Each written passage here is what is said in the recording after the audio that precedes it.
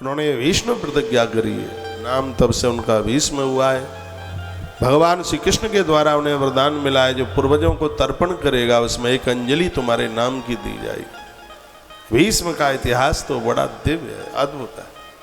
माँ भगवती जगदम्बा के परम भक्त भगवान श्री कृष्ण द्वारकानाथ के अद्भुत भक्त हैं भीष्म, जिन्होंने प्रभु से ऐसा मांगा था कि अंत में मुझे आपका दर्शन चाहिए। और यही जीवन का सर्वोच्च आनंद है कि अंत में भगवान अनंत का दर्शन हो जाए। अंत में अनंत का दर्शन हो तो कितनी बड़ी बात है। एवं सत्यवती तेन व्रता संत नुनाकुला द्वै पुत्रोचतया जातो मृतकाल वशादपि। समय आने पर माता सत्यवती ने 2 पुत्रों को जन्म दिया।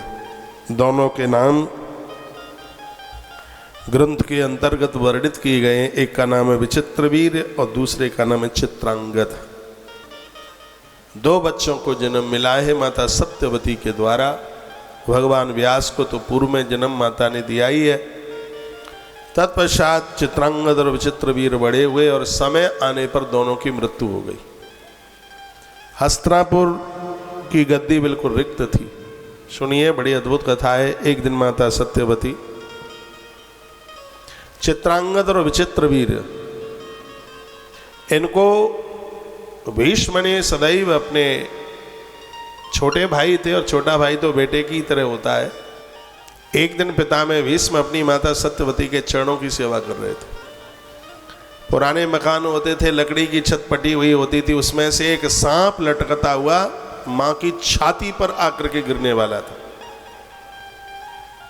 और जैसे ही वो गिरने को हुआ और उसी समय पिता में भीष्म ने उस सर्प को अपने दांतों से दबा करके मार डाला। नहीं तो वो सांप मां की छाती पर गिरता तो सर्प दंशन करके मां को खत्म कर देता। लेकिन पिता में भीष्म ने अपने मरने की बिल्कुल चिंता ही नहीं करी। उन्हें तो वैसे भी इच्छा मृत्यु का वरदान था।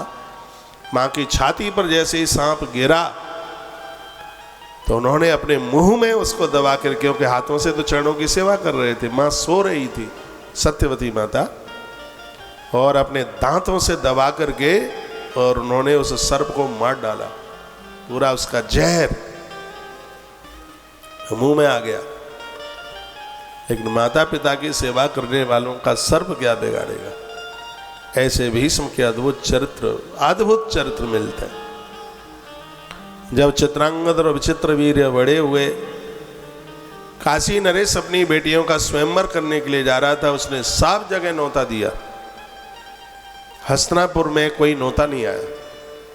सत्यवती माता के पास फुनफुनाते हुए भीष्म आए और कहा, मां मुझे अनुमति चाहिए, मैं अभी इसी समय में काशी जा रहा हूं।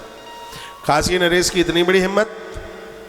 काशी की हमेशा बेटियां हमारे हस्तिनापुर को ब्याती रही हैं। हमारे पुरखों के साथ में भी विवाह हुआ और आज उसने सबको न्योता दिया है और हमारे यहाँ न्योता नहीं आया। मैं अपने दोनों भाइयों के लिए, चित्रांगद और विचित्रवीर के लिए, उनकी बेटियों का हरण करके लेकर के आऊँगा। माँ का आदेश आशीर्वाद लेकर के और पिता में भीष्म सीधे वाराणसी काशी के लिए चल पड़े। और सभा में जैसे ही प्रवेश किया, राजा लोग खिलखिला करके हंस पड़े। साल्व नाम का राजा भी वहाँ बैठा हुआ था। सब खिलखिला करके हंस पड़े। कहा, ब्रह्मचर्य धर्म का पालन का संकल्प टूट गया है, विवाह करने के लिए आए हैं। और उस समय पिता में भीष्म ने कहा, ये दूर तो मैं अपने भाइयों के लिए काशी नरेश की दोनों बेटियों को, अंबा और मालिका का स्वयंवर होने को जा रहा था, इनको लेने के लिए आया हूं। और उस समय जैसे उन राजाओं ने विरोध किया, उसी समय पिता में भीष्म ने एक ही बाण के द्वारा सभी राजाओं के मुकुटों को उतार करके धरती पर डाल दिया। अंबा और अंबालिका, एक तीसरी उनकी दासी थी, उनको रथ पर बिठाया। साल्व ने रास्ता आकर के घेरा तो पिता में भीष्म ने कहा, और एक बार मैं तुझे प्राणों का दान दे चुका हूं और जिसको मैंने दिया है उससे फिर कभी मैंने लेने की कोशिश नहीं करी है, नहीं तो तेरे प्राण ले लेता। तो उनमें से जो एक देवी थी, उसने साल्व को पति के रूप में चुन रखा था उसने, और उसी ने ही ये श्राप दे दिया था भीष्म को कि तुमने मुझे मेरे पति के पास में जाने नहीं दिया, उसका अवरोधक तुम बने हो, इसलिए मैं तुम्हें श्राप देती हूँ। भरे दरबार में उसने बात बोली थी कि तुम्हारे प्राणों को लेने वाली मैं बनूंगी।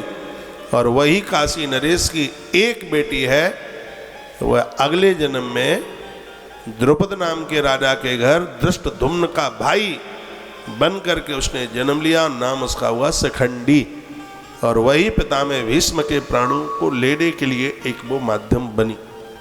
तो यहाँ इस समय आप सुन रहे हैं अंबालिका और उनकी एक दासी थी, उनकी एक सहेली थी। चित्रांगद विचित्र वीर के लिए पितामह भीष्म ने विवाह कराया।